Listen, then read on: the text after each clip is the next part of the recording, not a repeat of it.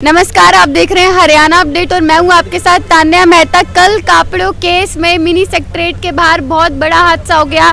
आपसी में जो है पुलिस ने लाठीचार्ज कर दी थी। कापड़ों गांव से बहुत सारे लोग आए हुए थे, पूरा गांव एकत्रित हुआ था। मैं आपको बता दूं कि विक्रम की जो मृत्यु है वो 7 तारीख को हुई थी और आज जो है 22 सितंबर है, अभी तक विक्रम को न्याय नहीं मिला है। विक्रम की जो डेड बॉडी है वो अभी भी पोस्टमार्टम हाउस में रखी हुई है। परिजनों ने अभी तक उसका अंतिम संस्कार नहीं किया है। नमस्कार सर। नमस्कार। क्या नाम है आपका? मैं एडवोकेट बजरंग इंदल।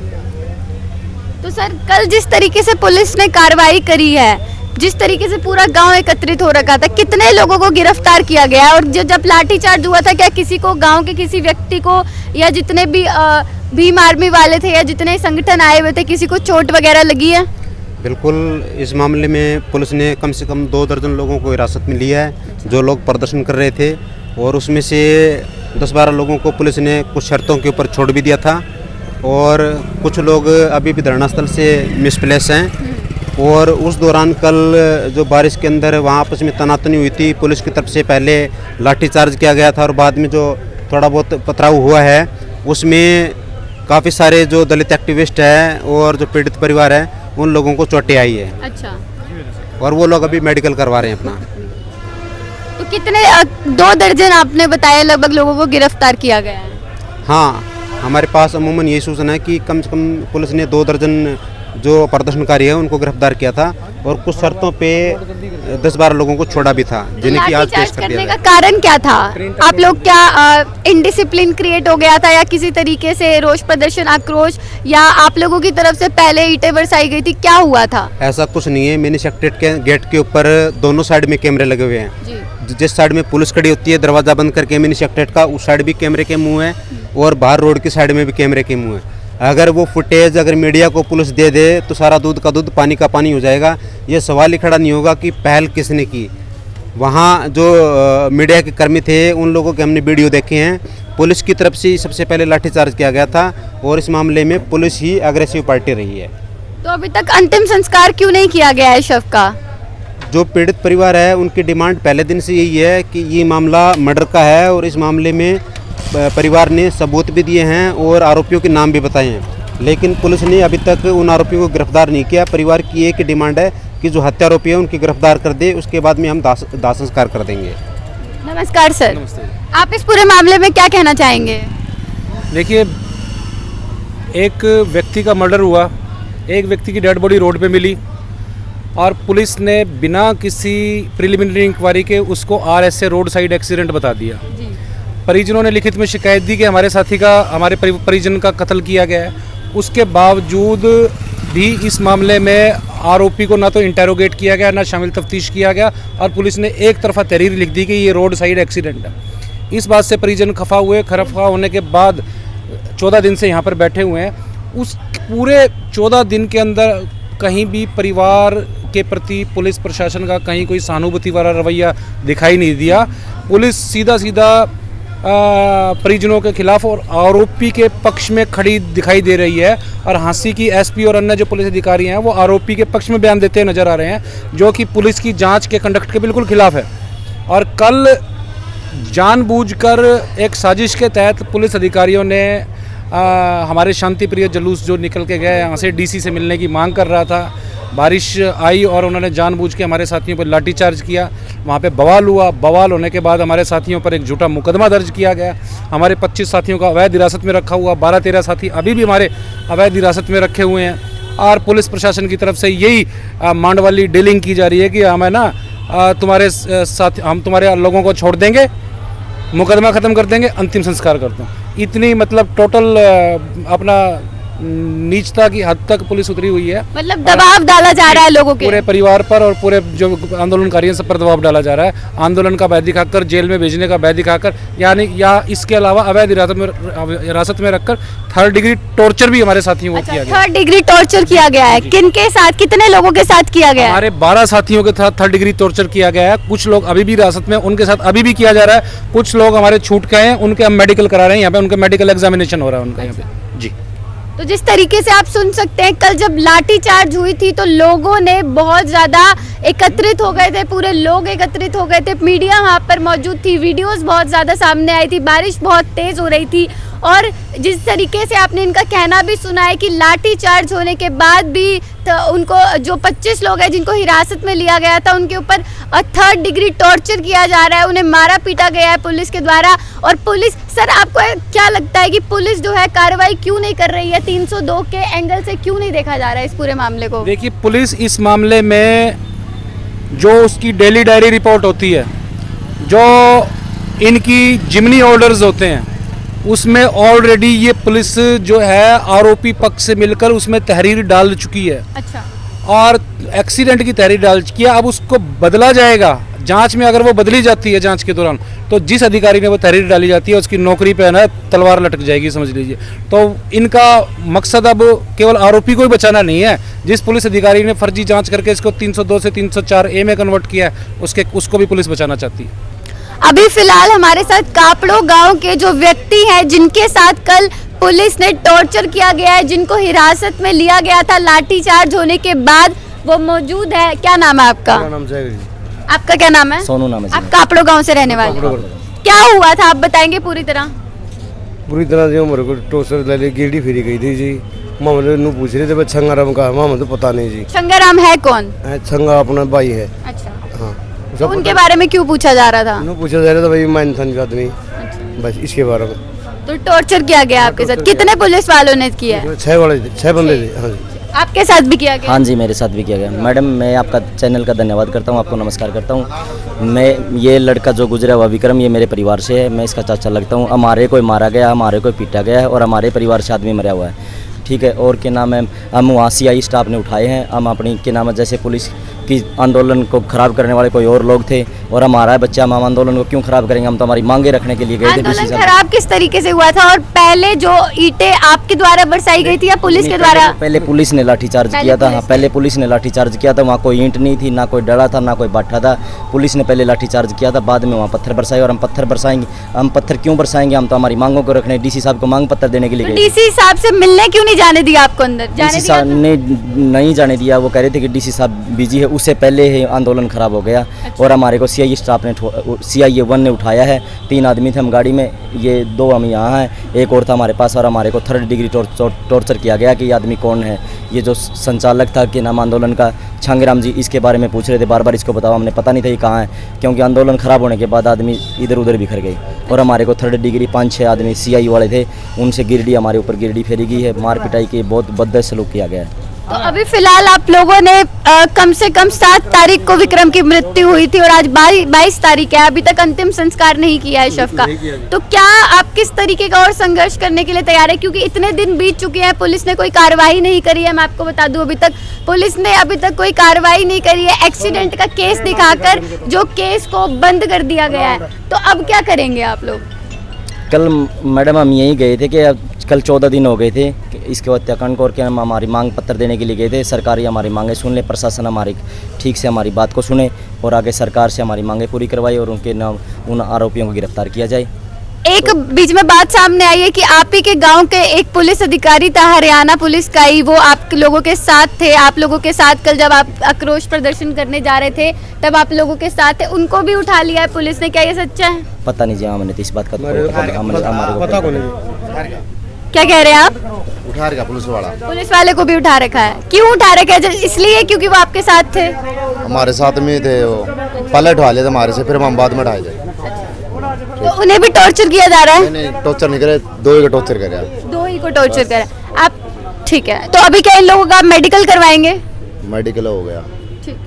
फिलहाल विक्रम के जो पिताजी हैं और विक्रम का जो पूरा परिवार है वो कहाँ पर है? क्या उन्हें भी गिरफ्तार किया गया है? विक्रम के पिताजी, जो मेरे पिताजी हैं, गिरफ्तार कर लिए गए हैं जी कल, जो लाठीचार्ज हुई थी पुलिस के साथ मुठभेड़।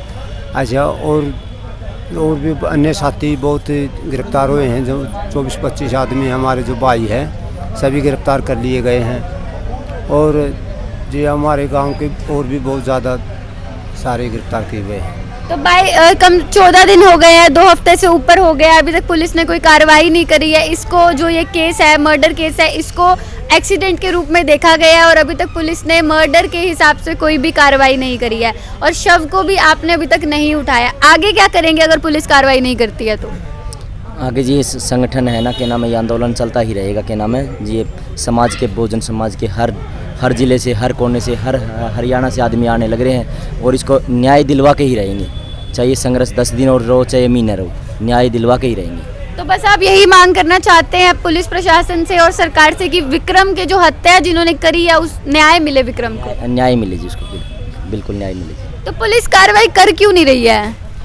पता नहीं जी, पुलिस हमने तो हर डीसी से भी मिल लिए, एसपी से भी मिल लिए, डीएसपी से भी मिल लिए, वो तो एक्सीडेंट का ही रूप देने लग रहे हैं बार-बार। जब शुरू में ये मामला सामने आया था, जब उस विक्रम जी के शव को पोस्टमार्टम हाउस में लेकर आया गया था, तब पुलिस वालों से बातचीत हुई थी हमारी भी, तो उसमें ये बात सामने आई थी कि पुलिस ने कार्रवाई 302 के तहत शुरू करी है। उसके बाद क्या हुआ? 302 बंद धारा करके दूसरी एक्सीडेंट के रूप में क्यों देखा गया?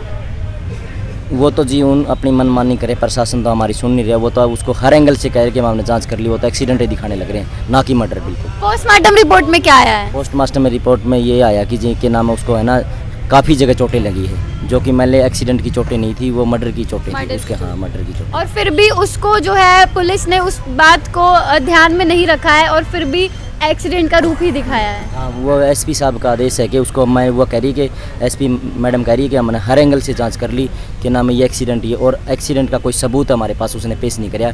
भाई किस ट्रैफिक से हुआ, उसका कोई ब्रेक है या कोई उसका शीशा टूटा हो या कोई मुर्गाड़ी टूटा हो, या वो जब एक्सीडेंट होता किसी साधन से वो उसको गिरता तो वो साइड में जाके गिरता, जबकि वो आधा रोड पे था, आधा हिस्सा उसका आधा रोड पे था, आधा नीचे था। धन्यवाद। अभी हमारे साथ भीम आर्मी के प्रदीप भांगड़, जो यहाँ के जिला अध्यक्ष है भीम आर्मी के, वो मौजूद हैं। एक बार उनसे कल जो पूरा हादसा हुआ है, घटना घटी है, उसके बारे में बातचीत कर लेते हैं। नमस्कार सर। नमस्कार, धन्यवाद करता हूँ जी आपके चैनल का।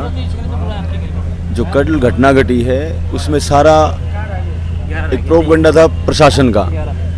आंदोलनकारी कभी उग्र नहीं होता, आंदोलनकारी कभी भी ऐसी हरकतें नहीं करता। आंदोलनकारी अपने शांति प्रिय ढंग से अपना ज्ञापन देता है, अपनी बातें करता है, बातें करने के बाद में वो अपना ज्ञापन देता है। बट ये सारी मिली भगत प्रशासन की थी। प्रशासन ने ही हो सकता है वो ज़बरदस्ती लाठीचार्ज किया हमारे लोगों के ऊपर, सिर फोड़ने का काम किया, हाथ तोड़ने का काम किया, टांग तोड़ने का काम किया। हमारे 15 से 20 साथी हमारे बाबूजी बैठे हमारे सामने, उनकी नाक पे चोट लगी हुई, उनकी आँख पे चोट लगी हुई, आप देख सकते हैं। इतने बुजुर्ग आदमी को उनको लाठीचार्ज करी, और प्रशासन ऐसी हरकतें करके इस आंदोलन को खराब करना चाहता है। आपके चैनल के माध्यम से मैं एक चीज़ और भी कहना चाहता हूँ कि माननीय एसपी महोदय जी, हमारी गलती कुछ नहीं है। आंदोलन हमने पहले भी करे हैं, आज भी करे हैं। हमारी गलती इतनी सी है कि हम अपने भाई की आवाज़ को बुलंद करना चाहते हैं। हम विक्रम कापड़ों को न्याय दिलाने की बात करना चाहते हैं कि हमारे विक्रम भाई को न्याय मिल जाए, लेकिन प्रशासन शासन इस पर चुप्पी साधे हुए हैं। देखिए, वो लोग तो अरेस्ट हो चुके हैं, हमारे लोग तो अरेस्ट हो चुके हैं, लेकिन वो जो लोग खुले गुम जिन्हें मर्डर किया है, ऐसी बिल्कुल बर्दाश्त नहीं किया जाएगा। हमारे जसविंदर भाई हैं बली सेना के अध्यक्ष जी, उनको भी चोटें लगी हैं, उनको बहुत मारा है प्रशासन ने, और ऐसे प्रशासन मारता रहा तो हम कैसे, कब तक बर्दाश्त करेंगे। देखिए, अब ये जो ये है ना, ये जो आंदोलन है, ये किसी संगठन का, किसी जाति का नहीं रहा, किसी बैनर का, किसी झंडे का नहीं रहा। अब ये संगठन जाति, बैनर, झंडे से उठ के एक समाज का संगठन हो गया है। अब यहाँ पे तमाम तरह के आपको संगठन बैठे मिलेंगे, तमाम तरह की जातियाँ आपको मिलेगी, और सभी की एक ही आवाज़ है कि विक्रम कापड़ो भाई को न्याय दो। आपने कल आपसे जानना चाहेंगे, कल जो मामला हुआ, पत्थरबाजी हुई, लाठीचार्ज हुआ, इस मामले में आपका क्या कहना है? कारण क्या रहा, क्यों ऐसा हुआ? क्योंकि पहली बार ऐसा देखने को मिला कि लघु सचिवालय के बाहर इस तरीके की ईंटबाजी हुई, ऐसा क्यों हुआ? क्या सर, प्रशासन का सीधा सीधा रवैया है कि गरीब इंसान की आवाज़ को दबाना। हमारे साथ में हम यहाँ से, आपने देखा होगा हमने कितने प्रदर्शन करे हैं, आज तक हमने कोई ऐसी हरकतें नहीं करी। शांति प्रिय गए, अपना ज्ञापन दिया, अधिकारी से बातचीत करी, अपनी मांगे रखी।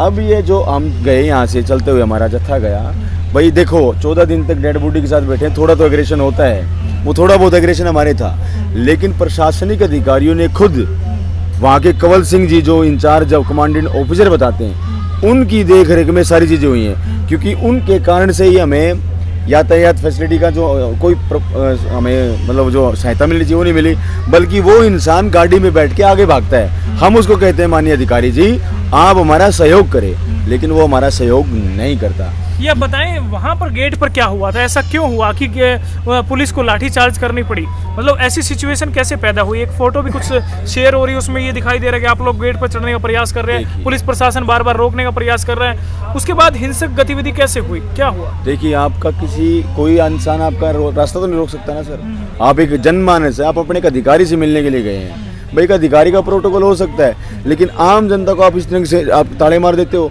इसलिए जनता ने पहले उनको लाठीचार्ज किया है। आप देख रहे हो कि उसमें छेद हैं, ऐसे छेद बने हुए हैं उसमें से गेट में से उसमें से लाठी मारी है लोगों के पेटों में लाठी लगी। मेरे खुद की लाठी लगी है। अच्छा। मेरे 2 से 3 लाठी, मैंने फिर भी अंदर नहीं घुसने दिया। मैंने कहा कि माननीय SHO महोदय जी, आप यहाँ पे ड्यूटी पे तैनात हो, आप पुलिस बल को बोलो कि हमारे साथ में बढ़िया सलूक करें।